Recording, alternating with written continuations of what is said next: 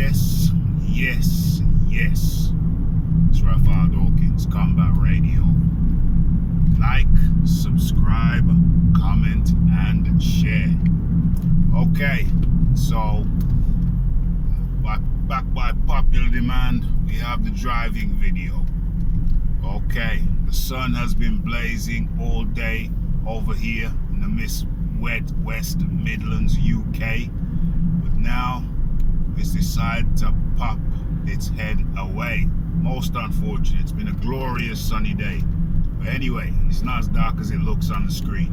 Anyway, this topic is a follow-on from our previous video, and the subject matter is something that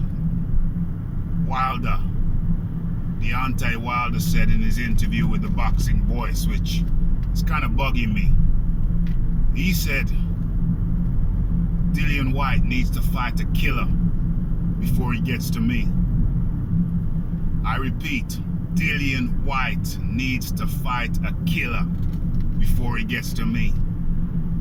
So my question is, it's a very simple question. My question is,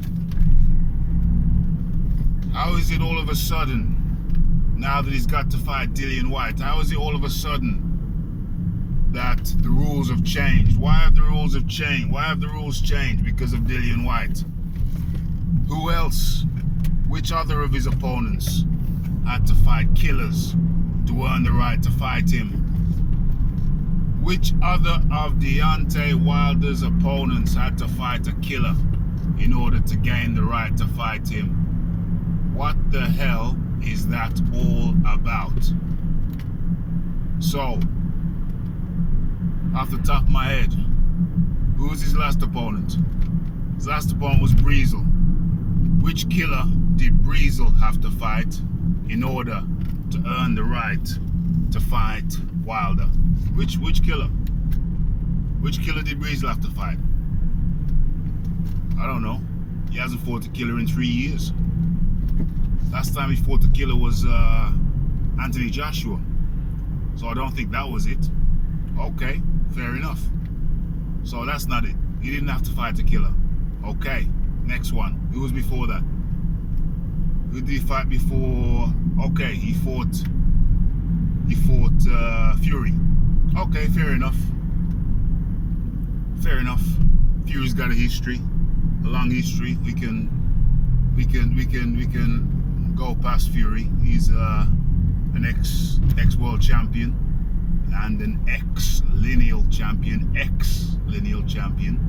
Yeah, fair enough. So we'll give him a pass on that. We'll give him a buy on that. That was a legit opponent. Who was before Fury? Ortiz. Which killer did Ortiz have to fight to earn the right to fight Wilder? He was hyping the WBC rankings. Seemed like a legit opponent. Fair enough.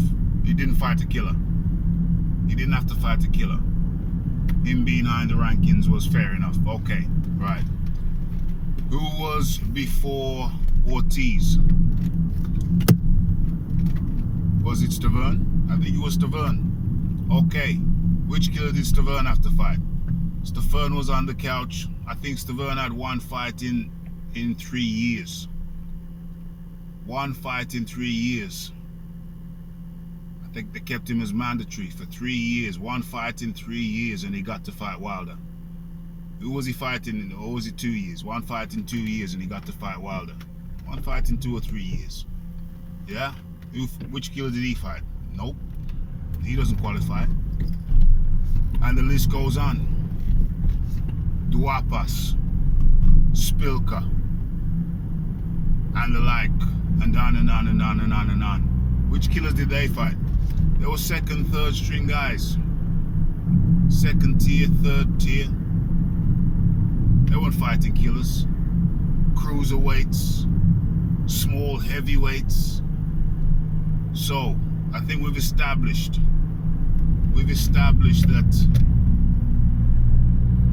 Deontay is renowned for taking soft soft touches. And all of a sudden, now that he's faced with a killer, a real killer, because Fury doesn't knock people out. Fury seldom knocks people out. Earlier on in his career, sure. But Fury's more of a volume guy. That's his style, volume puncher. Gets people with volume.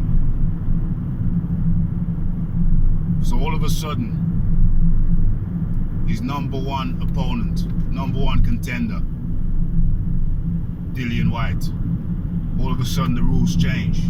Being number one in the WBC rankings for 18 months, that doesn't matter. That doesn't count. That's not good enough anymore. Don't matter. Number one for 18 months don't matter. All of a sudden now, being number one isn't enough. You gotta fight to Killa too. Well, let's look at Dillian Whyte's resume. Dillian Whyte has fought Chisora twice. Yeah? Chisora twice, knocked him out the second time. He's fought Brown. Okay, people don't rate Brown very much, but nonetheless, I think Brown was unbeaten when he fought him. Unless I'm mistaken. Brown was unbeaten. And obviously never been knocked out. Dillian Whyte knocked Brown out in something like 6 rounds. Before that, fought the Kiwi, Joseph Parker. Fought the Kiwi, Joseph Parker. Took care of him nicely. Knocked him down twice. Knocked him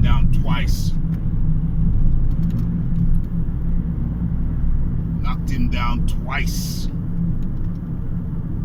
Joseph Parker had never been knocked down before.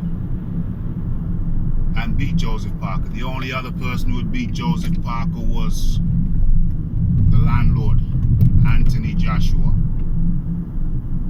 So that's the caliber of fighter that Deontay Wilder, that Dillian Whyte has been fighting. He has been fighting killers. Many people reckon that Joseph Parker would give Deontay Wilder hell. Joseph Parker obviously was made a reasonable offer to fight Dillian Whyte, a better offer than Deontay Wilder had made him. It's reputed that Deontay Wilder offered him in between 600,000 and $1 million. That's how much he offered Joseph Parker to fight him. Chicken feed. Offered him chicken feed to fight him. So, as this guy pull up, or it's a gal pull up beside me and then just slow down just to block me in. I hate that, but anyway. Yeah, so this, you gotta fight killers crap. You gotta fight killers crap coming from Wilder is a new thing. It's a new thing. You gotta fight killers. You gotta fight killers. It's a new thing. An interesting thing. Very, very interesting. Very, very interesting. So we have to ask the question, why is this? Why has he got this rule for Dillian Whyte? My opinion is the man doesn't want to step in the ring with Dillian Whyte because Dillian Whyte brings something that no other opponent he's fought has brought to him. Certainly not in recent times. Certainly not in recent times. Can't remember when. When has Deontay Wilder fought a guy who was number one ranked, who was young, in his prime, and a knockout artist? When was the last time Deontay Wilder fought such a guy? Young, number one ranked, in his prime. Nah. Number one ranked for 18 months, over 12 months. Knockout specialist. He hasn't fought anybody like Dillian Whyte in a long time, if ever. So, clearly, we're looking at a ducking situation here. And it's unacceptable. Totally, entirely unacceptable. So, we have to put pressure. We have to let it be known that we know and we have to apply pressure. I want to have some fun with this car ahead of me because he sped up past me and then maintained the same distance. Now we're gonna have some fun. Oh, it's turning.